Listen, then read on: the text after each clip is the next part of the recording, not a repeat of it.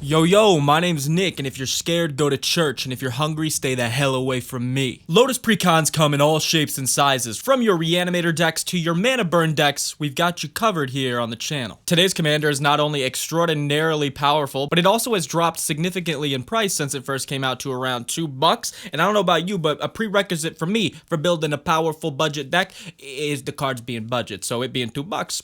We like that. So if you're interested in building a powerful card draw, discard, 1/1 counter, go wide, go tall, value engine machine deck in Esper, and you got like $50 sitting around, I've got a perfect Lotus Precon today for you. So make sure to like, comment, subscribe, and let's get into this bad boy. Our commander for this deck is Raffine Scheming Seer. Raffine makes for a perfect, powerful casual commander. Look at all of the words we have to interact with. She draws us cards. She discards us cards. She puts 1/1 counters on our creatures, and she herself has evasion and protection. That's a ton of different ways to interact with this card, and boy, howdy do we use them. Raffine Scheming Seer is a white, a blue, and a black for a 1/4 flying, ward 1. Whenever you attack, target attacking creature connives X, where X is the number of attacking creatures. So you swing with 8 bodies, one of your creatures is going to connive 8 times, meaning you will draw 8 cards, discard 8 cards, and for each non-land card you discarded, the creature you picked will get a 1/1 counter. Like I said, tons to interact with here. First and foremost, we will be conniving a lot, meaning we will first off be drawing a bunch of cards on our turn. So the first thing we care about is interacting with that effect. So how could we benefit from drawing X cards from Raffine's connive trigger? Well, lots of ways. We run creatures that can buff themselves whenever we draw, like Chasm Skulker. Being a 2 and a blue 1/1, whenever we draw a card, it gets a 1/1 counter, but when it dies, we get X 1/1 blue squid creature tokens with Island Walk, where X is the number of 1/1 counters on it. Or a creature like Baxter Fly in the Ointment, being 3 and a blue for a 2/2. When Baxter enters or attacks, each creature you control with a counter on it gains flying until end of turn, and whenever you draw a card, put a 1/1 counter on Baxter. These cards will get huge over the course of the game, as their own abilities provide buffs, but so does connive. If we discard a non-land card, boom, these things are getting even bigger. Chasm Skulker is actually a great segue, as another way that we will use card draw by conniving is making tokens. Tokens are extra good in this deck, as Raffine connives equal to the number of attacking creatures we control, meaning if we can make creatures, meaning the more creatures we have, the bigger connive count we get. So token engines like Thopter Fabricator, being 2 and a blue for a 4/4 vehicle with flying that crews for 2, whenever you draw a second card each turn, create a 1/1 colorless Thopter with flying, is going to be fantastic in this deck. Of course, the deck runs Homunculus Horde. This is a pet card for me. 3 and a blue 2/2, whenever we draw our second card, we get a copy of Homunculus Horde. That's exponential growth right there, and can potentially end a game. Speaking of potentially ending a game with an absolute bomb that makes tokens,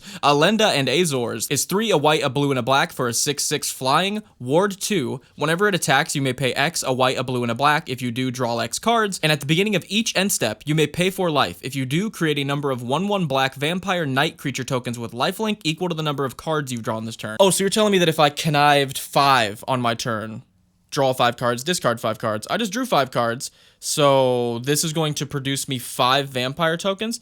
Oh, so now I have 10 creatures in play, so now I'll connive for 10 the next turn, and then end a game with this bad boy. These cards will not only make bodies to up our connive count, but when we connive, we'll make more bodies to up our connive count. You see where I'm going. These type of effects in here are absolute monsters. You'll also notice that a lot of cards in here have evasion or make creatures with evasion. That's because Raffine, while very powerful, only triggers on our turn and only triggers once. And as one of the friends to the channel, 3 Hoenn, brought up to me, we're going to have to make the counters she gives out important. So we run evasion to get most of the use out of those 1/1 counters as possible. Ergo, a lot of the creatures we've talked about having evasion, or a lot of the tokens the creatures make having evasion. Also, to interact with the crazy amount of cards we're going to be drawing on our turn, of course, we run Quasar and Psychosis Crawler, both draining life whenever we draw cards, which, again, I think you know just as well as I do, these will end games a lot of the time. We also run Ominous Seas. I wasn't sure where to put this. Every card draw, it gets a counter. Every 8 counters, we get an 8/8. We're going to be conniving a ton. That's a lot of 8/8s in this deck.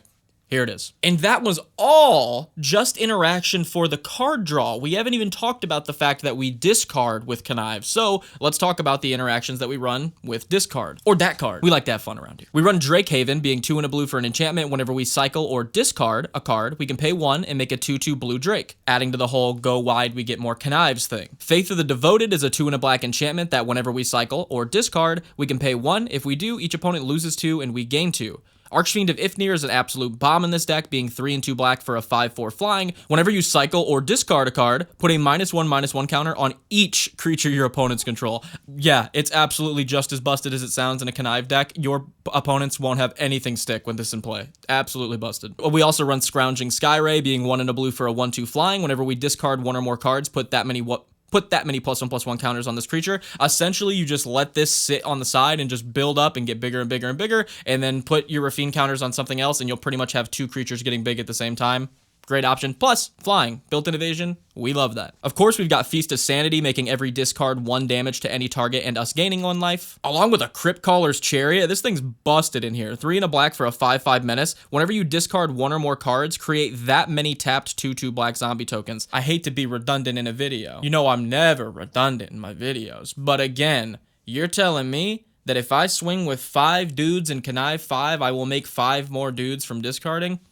Sure. And of course, we got Curator of Mysteries in here, being 2 and 2 blue for a 4/4 flying. Whenever we cycle, and of course, or discard, we get to scry 1, and it also can cycle for 1 blue. It's fair to say we have plenty of ways to interact with the synergies and our commander in the deck, but being able to draw cards and discard cards without our commander will be important in the deck as well. So we also run some looting effects to help us draw and discard to get our engines firing off, even if we don't control Raffine. So a card like Looter Ilkor, being 1 and a blue for a 1/1 shadow. Whenever it deals combat damage to a player, draw a card and discard a card. A card like Ghostly Pilfer that lets you draw a card whenever a player casts a spell anywhere from other than their hand, or when you pay 2 when it becomes untapped, and it's also a discard engine, so very good looter in this deck. Key to the City, discards a card, makes a creature unblockable, draws you a card. I put it in the looter category. Sue me. Of course, we run Shorkai, being able to tap 1, tap it, draw 2 cards, discard a card. Just a perfect looter engine in this deck. And again, 3 Hoenn convinced me to run Dream Trawler, being 2 white, 2 blue for a 3/5 flying lifelink. Whenever we draw a card, Dream Trawler gets +1/+0 until end of turn. Whenever Dream Trawler attacks, draw a card,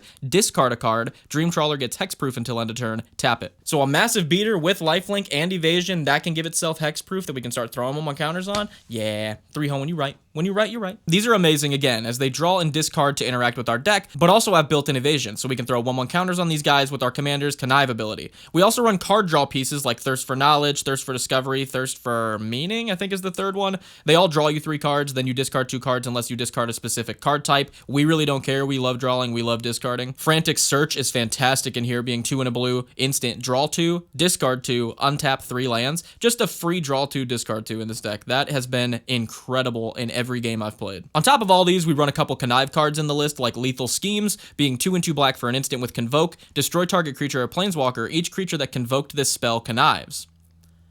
Or Protection, like Change of Plans, being X, 1 and a blue for an instant. Each of X target creatures you control connive. You may have any number of them phase out. This is absolutely saved my ass in a couple games already. And we've also got a Whispering Madness. I have no idea where to put this, so here it is. 2 a blue and a black for a sorcery. Each player discards his or her hand, then draws cards equal to the greatest number of cards discarded, and it's got Cipher, so we can encode it onto a creature, which means it's just like a part of that creature, and whenever that creature deals combat damage to a player, we get to cast a copy of Whispering Madness. So if we throw this onto one of those evasive looters or one of those evasive tokens we were talking about, we will just have a repeatable wheel effect, which I'm sure won't be good with all these value engines we run in the deck at all. Another random card I wanted to talk about, Dread Return, 2 and 2 black to return a creature from your graveyard to your hand, or you can flash it back by sacking 3 creatures. With all of the tokens we're making, I think the flashback is really easy to do in this deck, and this just makes Dread Return a really good discard target for our connive, so we can discard a big creature, discard Dread Return, sack 3 of the tokens that we have in play, get back the big creature we discarded with the connive, with the Dread Return, still get the +1/+1 counters from the connive. It's just super valuable. I love it in this deck. There's no more recursion, there's no more reanimation in the deck. It's literally just Dread Return. I think it is just that good of a card in the list. 3 Hoenn also introduced me to Monk class and Alice Louvelure. Monk class being a white and a blue for a class. At level 1, the second spell you cast each turn costs 1 less to play. At level 2, you bounce a non-land permanent to its owner's hand. And at level 3, you get to play the top card of your library as long as you've played another spell this turn. And in the case of Alice, she's 2 and a white for a 3/2 first strike that just makes your second spell each turn cost 2 less to cast. I've gotten to play these a few times when I was playtesting this deck, and they are incredible. It's actually insane. The amount of times that I've been able to drop like the Louvelier girl and then immediately be like, oh, Psychosis Crawler only costs 3 now, so I can just play her and Psychosis Crawler on turn 6 instead of just playing Psychosis Crawler. And that Monk class level 2, bouncing a non-land permanent, saved my ass in a game. Just built-in removal on your second spell reducer is just incredible. Shouts out to 3 Hoenn for showing me those bangers. Oh, Oh, actually, no. 3-Hoenn also showed me Glen Elendra Guardian, because this thing also bangs. It was in his Bumbleflower deck. I was like, I wonder if that'd be good in Raffine. Oh my gosh, it's very good in Raffine. For 2 and a blue, we get a 3/4 flash flying. It enters with a -1/-1 counter on it, and we can pay 1 and a blue to remove a counter from it to counter target non-creature spell. Its controller draws a card. So we just get a negate on a stick for counters. So if we connive all of our 1/1 counters onto this thing, we have quite a bit of negates that we have access to. When I was going over this deck with 3-Hoenn, we both thought that it would be good to make tokens in the deck, obviously, but he suggested some attackers that make tokens equal to the number of opponents you control. That way you could stack the triggers so that you make the tokens, then you get the Raffine trigger. So cards like Adeline Resplendent Cathar or Aenoch Strike Leader will both give us tokens when they attack equal to the number of opponents we have, meaning that'll up our creature count by 3 before we get the connive trigger from Raffine, so we will get 3 more connives then. Just very, very good in this deck. I actually really, really like these. Aenoch Strike Leader has the bonus of also sacking to protect our tokens, so pretty good, honestly. I don't know if we're going to use that a ton, but it's nice to have in the old back pocket. We also run Camille. I had no idea where to talk about her, so here she is. 1, a white, a blue, and a black for a 2/4. Whenever you attack, target attacking creature can't be blocked this turn. It connives, then choose another attacking creature with lesser power. That creature gains double strike until end of turn. So you can make one creature that you're just now starting to pump evasive, and then make one of your already evasive creatures that you already have pumped get double strike. So this is insane in this deck. I wasn't sure what category it fit into, so it's just high synergy. So with that, we finished up the list, but I want to talk about some of the ways we plan to bring home games with it, because this deck is extremely prolific at kind of finding a route to bring home a game, no matter what opponents do. I think I've ran 7 or 8 games with this deck so far, playtesting it against playgroups, and I have won 5 out of the 7. So it has been the deck has been incredibly strong. I say this a lot in my videos. This one genuinely has the statistics to back it. I think this is genuinely one of the strongest decks that's ever been on the channel. The first and most obvious way to bring home games in this deck is making evasive creatures massive with our commander, accruing value from our engines in play. Outside of this, though, the deck has plenty of ways to win. As 3-Hoenn brought up, the deck needs to work without the commander, so cards like Shorkai, Looter Iljor, or Whispering Madness ciphered onto an evasive creature all make sure the deck can still be drawing and discarding even if Raffine's not in play. But even outside of that, we have plenty of ways to bring home games. The aforementioned Homunculus Horde will just start making exponentially more tokens of itself if we're drawing 2 cards each turn. Quasar and Psychosis Crawler will be draining opponents whenever we draw cards, as well as Faith of the Devoted and Feast of Sanity draining opponents for whenever we discard cards. The aforementioned Dream Trawler is insane, being a massive flying lifelink self-protecting sphinx that gets bigger the more we draw. And you want to take a look at Knowledge's power in this bad boy. 3, a blue and a white enchantment. Creatures you control get +X/+X, where X is the number of cards you've drawn this turn. Yeah, that's right. The connive trigger from Raffine will trigger before damage is dealt. So if you swing with 10 creatures, you connive 10, that means you just drew 10 cards. That means Knowledge's power is giving your whole board a +11/+11, because you also have to include the card you drew for turn. I have had this pop off a couple times and immediately win me the game, especially when it's in conjunction with a card like Herald of Secret Streams, being 3 and a blue, 2/3, creatures you control with 1/1 counters on them can't be blocked. Safe to say, if you get those 2 out, you're pretty good.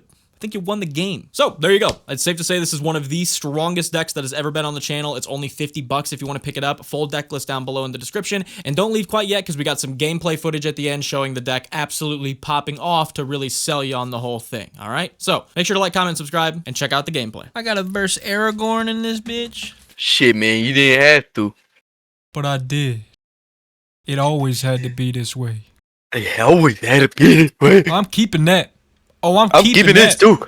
Oh, I'm keeping this. Oh, I'm keeping this. Bad game for you. Nah. This gonna be bad for you. It's gonna be a bad game for you. Nah. This gonna be bad for you. oh, a tap land turn 1 pass. It's gonna be bad for you. It's gonna be bad for you. I'm gonna play a tap land and pass.